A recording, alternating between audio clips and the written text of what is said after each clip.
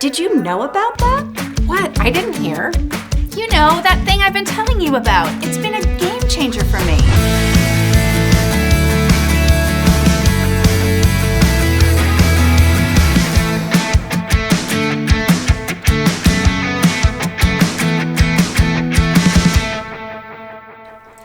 Andrea, welcome to Better Than Gossip. I'm so excited to have you here for a couple of reasons. One, we've known each other for over 30 years. Two, my husband was the first member of your gym, and I was drinking coffee at Misha's before it was Misha's, when it was Alexandria Coffee Company. So we're going to be talking about some really interesting things today, but your journey is so fascinating, and how you became an expert in this space is a story that I think a lot of people want to hear. So tell us a little bit about how you ended up in the coffee space and how you ended up being one of the longest women, like you've been roasting coffee really in a male-dominated space for longer than just about anybody. Yeah, that's crazy. Decades. Interestingly enough, I kind of fell into this role. I was back from college just for the summer, and I ended up dropping out, apprenticing to roast coffee for 3 years, and now it's been over 30 years. And so you got in at this time when the shift was going from these big industrial coffee production companies to this artisanal, that was kind of that big artisanal movement that was happening in all areas of food and drink. So tell us a little about that. Yes, it was an interesting time, like the early 90s, especially on the East Coast. Most of the specialty coffee rage really started on the West Coast. So we had companies like Peet's and Starbucks at the time, which was much smaller, that were what I call either artisanal or craft roasters. The East Coast did not have a lot of small roasters. So it was really pretty unique when we opened in the DC area. There wasn't anyone really doing that. We started with a small sample roaster, which was actually... I remember it. Yeah. I remember it. It was like as big as this table. Yeah, very tiny. And the whole point of a sample roaster, it was never intended to roast coffee in a shop. It's what a importer broker will use and to roast a pound of coffee to see if they want to buy, thousands and thousands of pounds. So started on that and then gradually grew. And it was interesting. There were not really... I didn't know any women that were roasting coffee. My partner at the time initially said, I don't know if you have the right temperament for this. And that just really fired me up and got me, I was like, I'll show him. I'm going to become the best roaster in the world. Because he was roasting at the time. Yeah. And he doesn't roast No, anymore. he stopped actually as soon as I was done apprenticing. Right. So. And the funny thing about this is, I remember moving from the West Coast to the East Coast, and you couldn't get a latte or an espresso anywhere during the day. You had to be in a restaurant at night to get one of these specialty coffees. And now specialty coffee is everywhere. It's ubiquitous. Moms are picking up their kids after school and they're going to Starbucks and getting a coffee. So you also do something else besides this coffee roasting in another male-dominated space. So coffee's a male-dominated space. Tell us about Trident Athletics. Oh, yes. That's a gym that I opened in 2010. I partnered with my husband. Prior to that, I'd always been an athlete and a coach. I'd been doing some training, and I just kind of fell into training again and was asked to coach some military contracts. I didn't know where I was going to be training these people, and I showed up one day, escorted in, and it was a special missions unit with a bunch of all men, beat up operators. And I'm like, here I am. Well, I guess I know more than them, and really kind of cut my teeth working in the military community for a few years. And just the contracts grew. It's a couple days a week. It moved to 2 times a day, 5 days a week, then to 3 locations, really grew. And I just loved it. So it was a really nice fit with my coffee background. As funny as it sounds, like community, communicating with people. Coffee roasting is actually pretty physical. It requires a lot of lifting, so seems odd, but it's been a great fit for me. So you're a community builder in two places, in Misha's Coffee and in Trident CrossFit. And then you also have some degrees in health. Oh, yeah. Through fitness. There's nothing this woman doesn't do. Well, through fitness and coaching, I've gone through, I'm there's I think only a few hundred level 4 CrossFit trainers in the world. I have like a list of different certifications for training. Got really interested in nutrition, so I have a level 2 precision nutrition certificate. That was a pretty grueling program. I think I just get interested in things and kind of dive in and make them all fit together. Yeah, that's what I was going to say. They're all really connected. So I love that you're an expert in not just one area, but really in 3 areas, but they're all connected. And I love that coffee is also a connector. It's social, there's ritual around it, and people really, I know my coffee time in the mornings with my husband, who makes a pretty good cup of coffee from Misha's. We always get our beans from Misha's, but that ritual before the day takes off is really important. And I just want to add this. Bill and I work out very early in the morning. So we've added that fitness ritual into our mornings as well. So we have the fitness ritual and then the coffee ritual. So back to the coffee. So not all coffee beans are created equal. And in this show today, we're kind of giving you an overview of Andrea, what she's an expert in, and really talking about what people want to know about. They don't think too much about when they're buying their coffee. Does it taste good? That's kind of that's about as far as they get. But there's more to it. Yeah, there is. It's a pretty it's really fascinating, honestly. I love coffee. Really, my first love about coffee is that it brings people together. And that's what I've loved about our shop, is that in line there can be people from all different walks of life, and then over time, because they come daily, we know their names, we know what they get. People get to know each other, and they might never meet otherwise in life. So I love that coffee brings people together. I love the ritual, and I love being involved in something from like the ground. Literally, it's growing in the earth to the cup, and being involved in every process, from working with an importer broker to select the coffee that we're going to use. He's ensuring the quality of it, the art of roasting, making sure it's made properly and with love, and delivered so that I want people to leave my store like better than they came in, like happy. And it's not just, I love this. It's not just that your coffee tastes great, because it does taste great, and Andrea controls the coffee from bean to cup.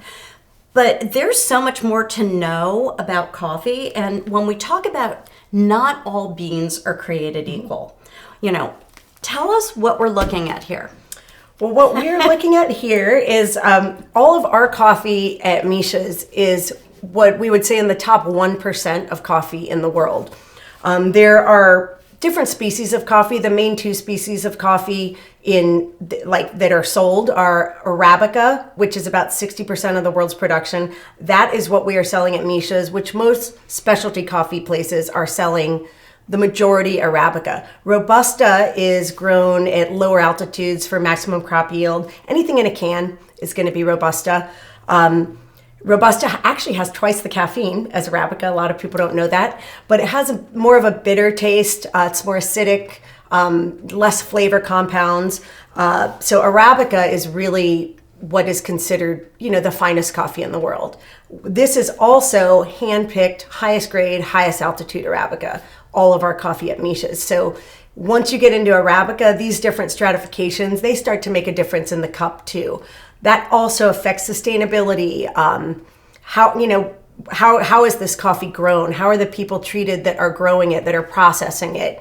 All of these factors come into play, and typically the finest coffee in the world is going to also be the most sustainable across all of those areas. Oh, I I love that. I didn't know. I didn't realize that. So it's going to be the most sustainable because there aren't, it's funny. Nature is really fascinating because you can try to make shortcut, but it's really hard. So coffee it needs to be grown slowly. It needs to be grown in the shade, the finest coffee in the world. It's grown at high altitudes.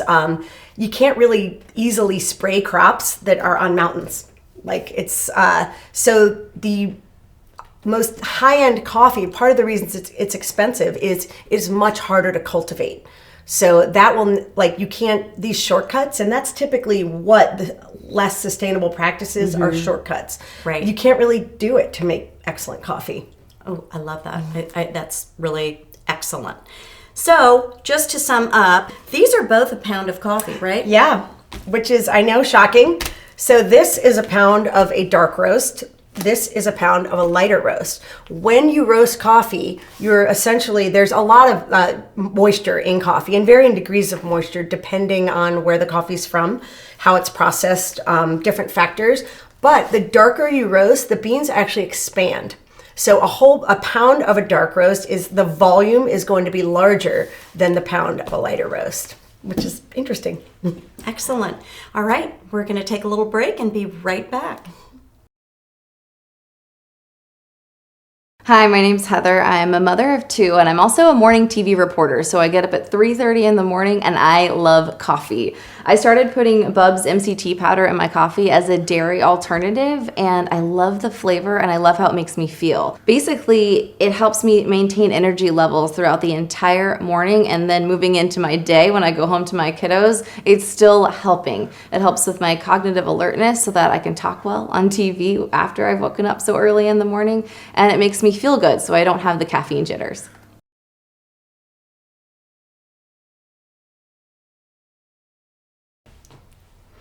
Welcome back. We're with my friend Andrea Schmidt, who is an expert in the field of coffee as well as fitness.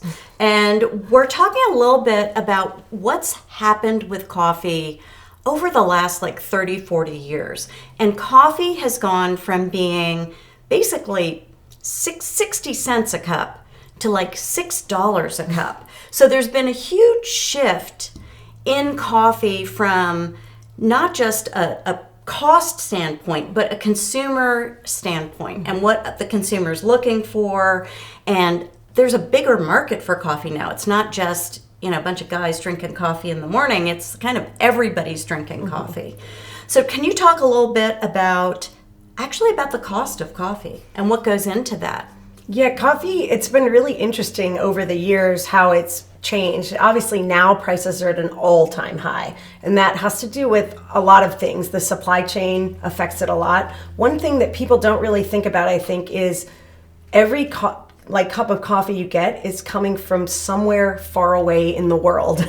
So transportation is a massive cost. And there's a lot of other costs as well, but right now, transportation with gas being high, with the ports being crowded, coffee's it comes by ship. A container that was costing just, 6 months ago, $5,000 to ship is now $15,000. Wow. That price has to be passed on somewhere. So that's just one small aspect of the shipping that has been affected and that affects the cost.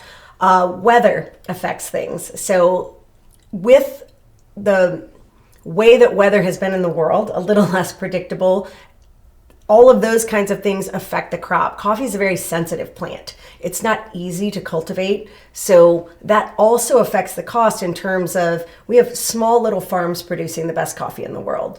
Most people would be shocked to learn, I think, that most coffee farms, 70% of the Arabica produced is farmers with 5 acres or less. Wow. Very small. Most coffee is hand-picked at that level as well. The only places, I think Hawaii and Brazil have some places where they have mechanical pickers. So there's a human being literally picking every cherry off the bush that has coffee in it. It then also has to be processed. So that requires quite a bit of labor and space. So the cherries are taken from the tree. Then there's different ways. Can you just explain real quick? And we do have another segment that's just going to be about coffee. But when Andrea speaks about the cherry, what you see when you see a coffee bean is not what is picked off the tree. It's actually... It's the seed. Yeah, that's the seed that's inside a fruit, a round piece of fruit. So the cherry is actually harvested, and then what happens to it? Well, a few different things can happen. You need to actually access the seed that's on the inside. So the cherry is either going to be, there's different processes. It's either going to be washed off, or they can dry them in the sun. There's also processes where they'll leave some of the fruit on, and those are called honey coffees, and there are varying degrees. There's like red honey, yellow honey, black honey. And that just, it doesn't refer to any honey. It's just leaving a little bit of that fruit on longer so that, it changes the flavor. Some of the sugars get into there. A thing to keep in mind is coffee, one reason it's so healthy, full of flavonoids, full of antioxidants, it's a fruit. It is a fruit tree. So it makes sense. Arabica beans also, the fruit of the Arabica tree has more sugars, so it affects the flavor a lot. I had no idea about that. Yeah. And I think a lot of people have no idea where their coffee actually comes from and all the steps that are involved. So as a small independent coffee roaster in Alexandria, Virginia, but you do ship all over the country, what are some of the biggest challenges you are facing? You stayed open through COVID. Yes. We would walk to Misha's in the morning with our masks on. We would socially safe distance. We would get our coffee and walk home. And not every coffee business did stay open. No, I think one of the big challenges of COVID is if you were mostly relying on like office business, those places really, really struggled and a lot of places shut down. We are fortunate to be in a community. There are a lot of offices, but there's plenty of residential. So we were able to maintain. We took a hit, but we were okay. Getting things has been tough. Coffee itself, because of the supply chain, trucks. So coffee comes by sea and then it's trucks by land. So that whole industry has been hit hard, just getting people things, the supply chain. So much goes into this one cup of coffee that we very often take for granted. You're drinking your coffee, you're having that moment of tranquility, that ritual, but you don't realize how many steps are involved in getting the bean to your cup. And I love that you created a community. You stayed open when other businesses weren't. And so that's really important. Can you tell me, these are two of my favorite coffee blends. These are your house blends. Yeah. You've got the Caravan blend and you've got the Route 66. I'm always a Route 66 fan. It's delicious. But talk a little bit, and we are going to go deep into this in another show, but talk a little bit about these two blends. I'm really proud of these blends. We created these within our first year of being open, and we were told when we opened that, you can't use this quality coffee in blends. You'll go out of business. You can't use this, everyone's using cheap stuff in blends because blending was thought to be, just throw in whatever you have or some cheap stuff. And we were like, well, no, I think we can do it. We're going to try. So we created these blends. We've kept them secret all of these years because they are so delicious. There's a lot of talk nowadays about a single varietal, and that's the best. To me, it's more analogous to wine. A single varietal might be nice, but a blend done well is just going to have more complexity, flavor, subtlety, different notes so that you can drink it every day and not get tired of it. Whereas a straight varietal, it's going to have something very distinct, and your palate can get tired of that, so you might need to move around. But these are by far our best sellers because they're so easy to drink. And they take the guesswork out of it. Mm-hmm. You're going to get a great cup of coffee, and you don't have to figure out which bean you love. Yep. You can just, safely choose one of these. The 66 is my favorite. It's a dark blend. Although I'm kind of leaning towards the lighter blends these days. Is there a difference in the caffeine in them? I would say it's physically imperceptible. People will talk about the light roast having more caffeine. Caffeine's water soluble, so as you roast coffee and water evaporates, technically you're losing a little bit of caffeine, but I would say it's physically imperceptible between these two. All right. Roasts. Well, we are going to take a little coffee break, and we will be right back. Hi, my name's Heather. I'm a mother of 2, and I'm also a morning TV reporter. So I get up at 3:30 in the morning, and I love coffee. I started putting Bub's MCT powder in my coffee as a dairy alternative, and I love the flavor, and I love how it makes me feel. Basically, it helps me maintain energy levels throughout the entire morning, and then moving into my day when I go home to my kiddos, it's still helping. It helps with my cognitive alertness so that I can talk well on TV after I've woken up so early in the morning, and it makes me feel good so I don't have the caffeine jitters.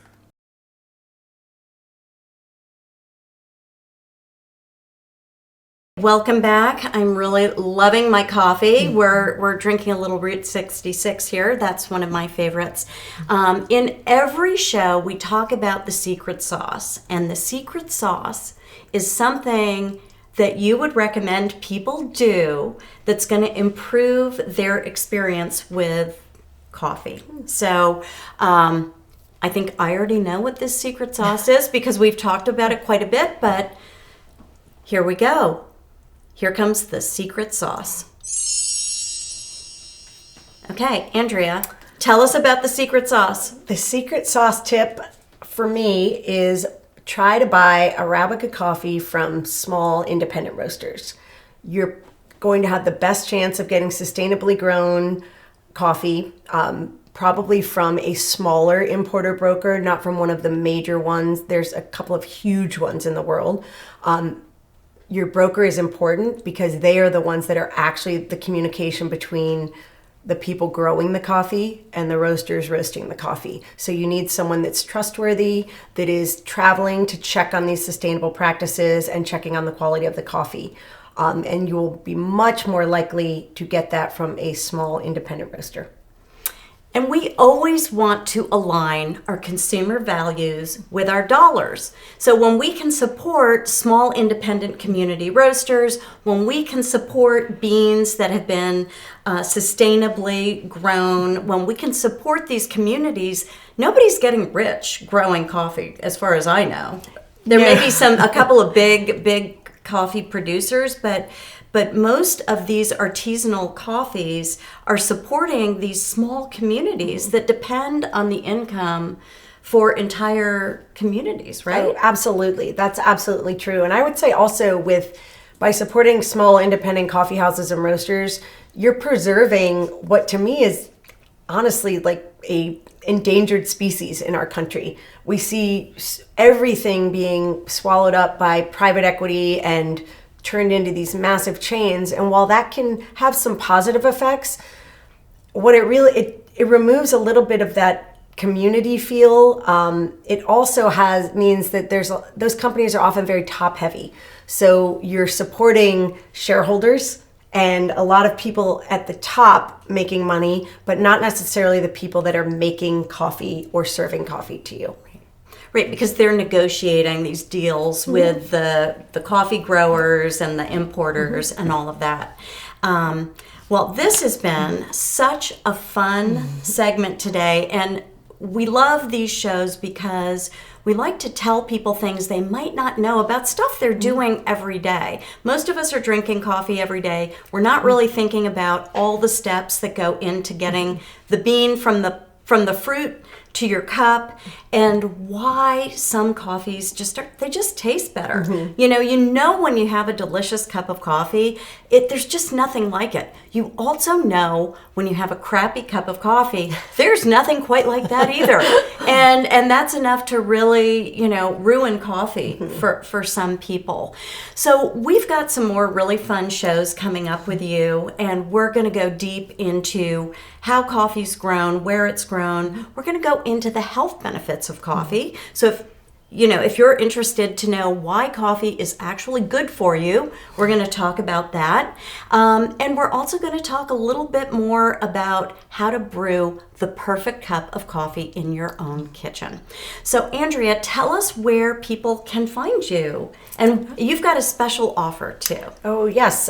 You can order coffee on our website. It's mishascoffee.com. If for Better Than Gossip viewers, if you order any order, you will get a free half pound of coffee added to it. That's really generous, and that's really fun because you could order a pound of 66 and maybe get a half pound of Caravan and get to try the 2 different coffees. So thank you for joining us today. I'm Kristen Coffield. My guest today is Andrea Schmidt, and together today we are Better Than Gossip.